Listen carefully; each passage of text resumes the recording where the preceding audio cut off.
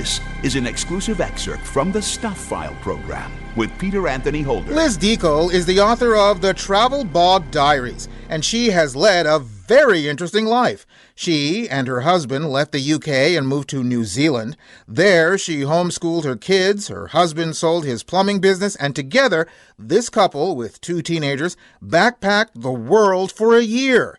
Then they came back home and changed their lives again. Liz joins us via Zoom from New Zealand to share her book and her story. Hi, Liz. Hello. Thank you for having me. Thanks very much for being on the program with us. So, right from the very beginning, would you say, even before you've done all the things you've done, that you are an adventurous type? Were you always that way? I definitely was, yes. Annoyingly, it can be annoying sometimes because there was times when I just thought, why can't I just settle down and just be normal and just be, happy with everything that's going on. But yeah, I've always been like that. Hence, moving to New Zealand from the UK and doing what we did. So yeah, it's always been an affliction, let's say. Now, I know your husband, it's Brian, right? It is, yes. I know Brian, as I said, was a plumber. So back in the UK, before you moved away to New Zealand, he was a plumber. What were you doing? I was actually, I had my own little burger van. Those little vans that you put up at the side of the road and you sell, burgers out of and things like that. Right. I had one of those. I had a really fancy one of those. I was just trying to pay our credit cards off.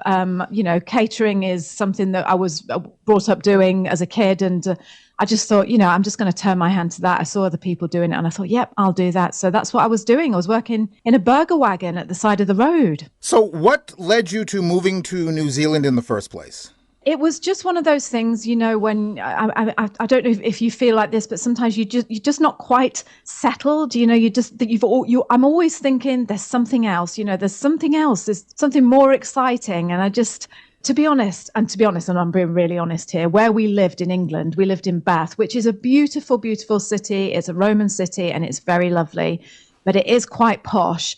And me working in the old burger wagon didn't quite fit in there. So I don't know. I was just looking for a country that was just more open and we could just be ourselves and just have adventures and not so much keep up with the Joneses. I don't know if you're familiar with that. I don't know if that's a British term, but absolutely. It just means like, yeah. Well, that's how it felt. The last 5 years of being in Britain just felt a little bit like that, especially living in Bath. Like I say, lovely city, but it's very much the haves and the have-nots. And it was just, I just wanted out of that, to be honest. Okay, so at the point that when you decided that you're going to New Zealand, I'm assuming you already had your 2 kids? Yes, we did, yes. And yes. How old were they at the time? They were 8 and 5. My son was 8, my daughter was 5. And so a great age. Did anybody, family, friends, say, what are you and Brian doing? Are you nuts?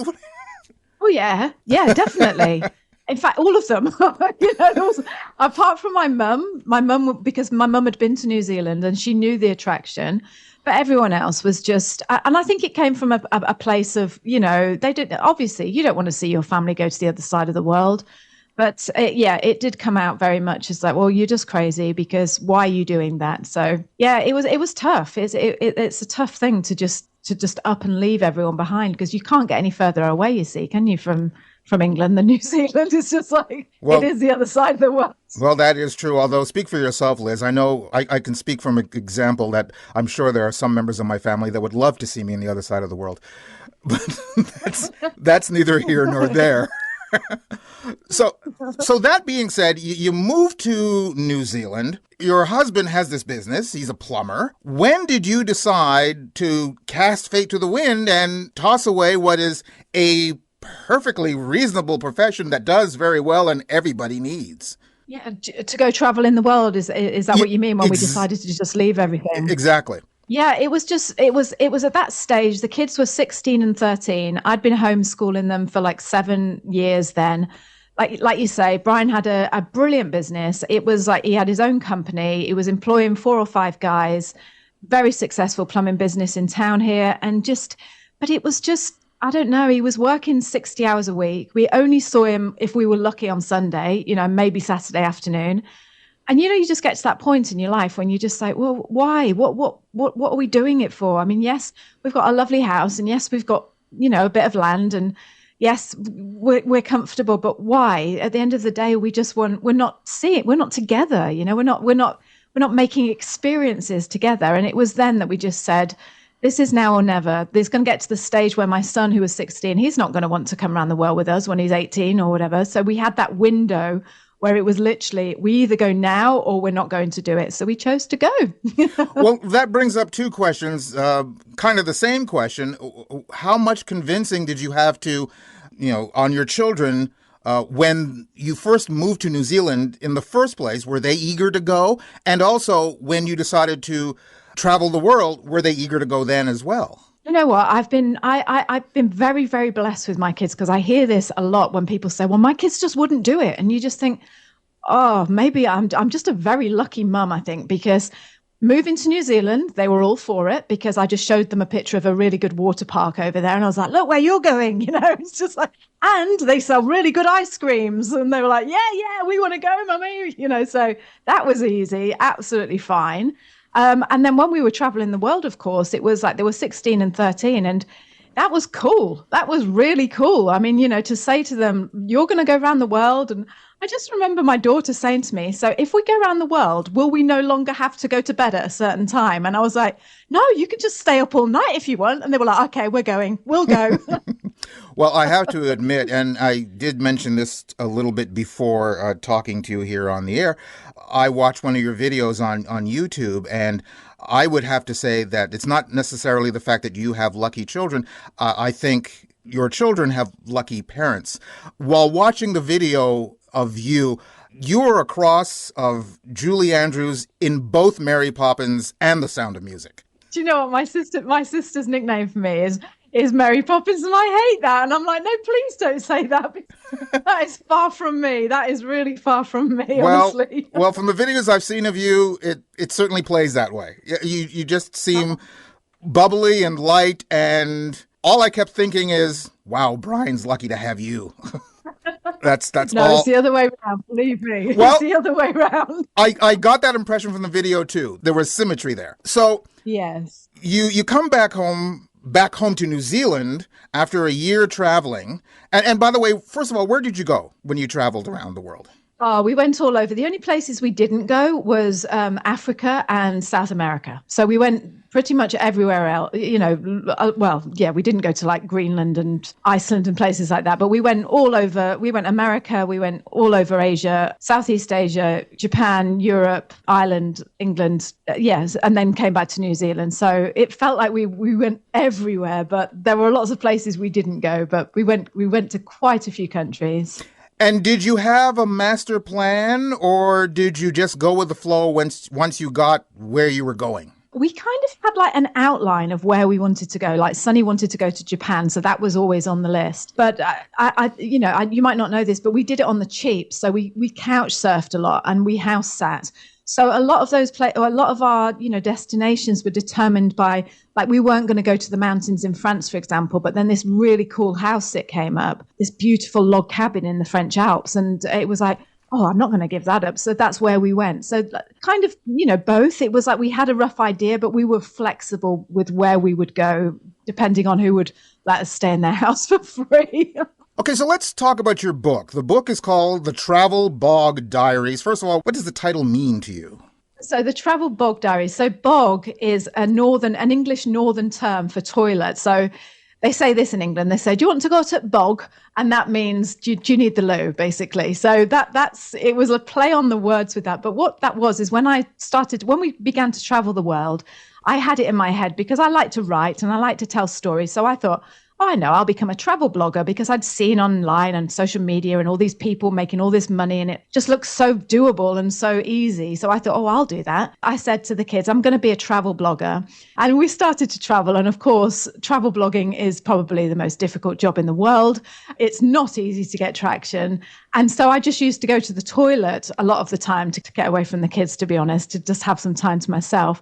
And I would just, when I was in the loo, I would just like write down like, or, just make up these little stories and just say to myself, I'm going to write that down. And that's what I ended up doing rather than being like a proper travel blogger where I should have been writing articles about travel-y things. I started a following online where I was just writing the honest truth about what it was like to travel the world with the kids.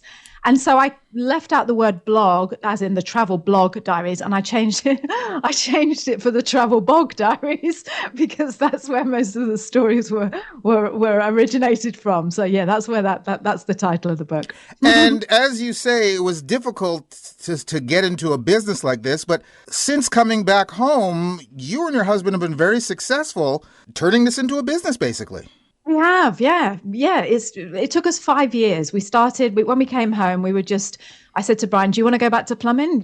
What do we do? And he's like, no way, I don't want to do that anymore. And I said, well, what should we do then? And he's like, well, let's just try and do what these other people do online and build a business and just, see if we can make a go of it. And we did. We worked really, really hard for 5 years. And literally it took 5 years before we could afford to pay our mortgage. Until then, Brian was just doing, jobs on the side and things like that to supplement it. But yeah, we turned it into a business. It's just been fantastic. It's been great. So is there anything left on your bucket list? Because it seems like you've just basically done whatever it was that tickled your fancy, and you've done it with great success. So what's left for you? Or is it just more of the same? First of all, it's funny, isn't it, how people from the outside look at it and go, oh, yeah, you've done it with great success. It's just like, just to me, it was just like, it was the hardest thing ever. It was messy and it was sticky and it was just bumbling through. But yeah, so I'm glad that it comes across as being easy. Do you know what? The thing I would love to do next, like, as you say, thank you for mentioning my book. I've just written this book and I would love, love, love to turn it into a one-woman show and travel the world with it, just go to little community theatres and, one of those theatres where it's really intimate and people have little tables and just read to them, just act my book out to them. I would absolutely love to do that. It's a very personal story. And I think that's my dream. That's my dream next. Oh, I think you should go bigger than that. Go back home for a bit of time in England and do this at the Edinburgh Fringe Festival. Oh, yeah, that's such a good idea. I'd love that. I would love to do that. Yeah, definitely. Well, again, I urge people to go to your YouTube page because there are great videos there. The one that I discussed with you before we got on was the one where you and Brian went for a day driving. Is it, what part of New Zealand is it? Yeah, it's down in the South Island, just not far from Dunedin. So that was the first time we'd been down there. So we turned the camera on and videoed it. So yeah, just down in the South Island in New Zealand. It sounded like a lot of fun. and it was, yeah. Part of the thing that was most enjoyable about the video was just how much fun you two seemed to have while there. Yeah, we did. Well, the best part was when I was eating that cheese sandwich. I mean, let's face it, that's the highlight of the video, isn't it? When I get that cheese sandwich and eat it. It was lovely. What was it the waitress said about Brian that you didn't want to share on the... Remember, what did she say about him? I don't know. She probably said something rude and I wanted to share it. Anyway, congratulations on the book. Congratulations on all that you do. Again, what's up next for you? Well, this is it. I've just released the book 2 weeks ago, and we're just recording the audio book, which I'm having such a flipping good time doing. I mean, I hear all these stories like, oh, recording your own audio book, it's just so tough. And if you could see me, honestly, we're in our walk-in wardrobe. Brian's made like this studio out of blankets and stuff. He's like nailed blankets to the wall because it's got to be like soft sound and things like that. So I'm just in this tiny little wardrobe and I'm trying to do these accents, these voices when I'm reading my book, because obviously we went all over the world and I'm just trying to do these accents, like Italian accents and things like that. And it's just, I'm absolutely rubbish at it. And it's just laugh, honestly. The amount of times we have to keep going, okay, you're going to have to cut that bit out, Liz. You can't just keep laughing like this when you're reading the book. So it's been a challenge. So that is next for me, is just getting this audiobook out and releasing that to the world. Well, I'm going to disagree with you and agree with your sister. You are Mary Poppins. I'm sorry. You just are. Liz, thank you very, very much for being on the program with us. No, thank you. Thank you so much. You're a great, great host. Thank you so much. Liz Deacle, author of the Travel Bog Diaries. You can go to my website at thestufffile.com to the page for this show number, which is show number 0723, and you'll find links to Liz's site and also links to either amazon.com or amazon.ca where you can order her book directly. Plus, you'll find a link to her YouTube page and also a link to her podcasts, which, by the way, are excellent as well. Check out her videos, check out her podcasts. I really urge you to watch and listen to some of them. They are just a delight. You've just heard an exclusive excerpt from the Stuph File Program with Peter Anthony Holder. To hear any or all of the full hour-long shows, visit thestufffile.com. Stuph is spelled S-T-U-P-H. That's thestufffile.com. A presentation of Flying Fish Communications.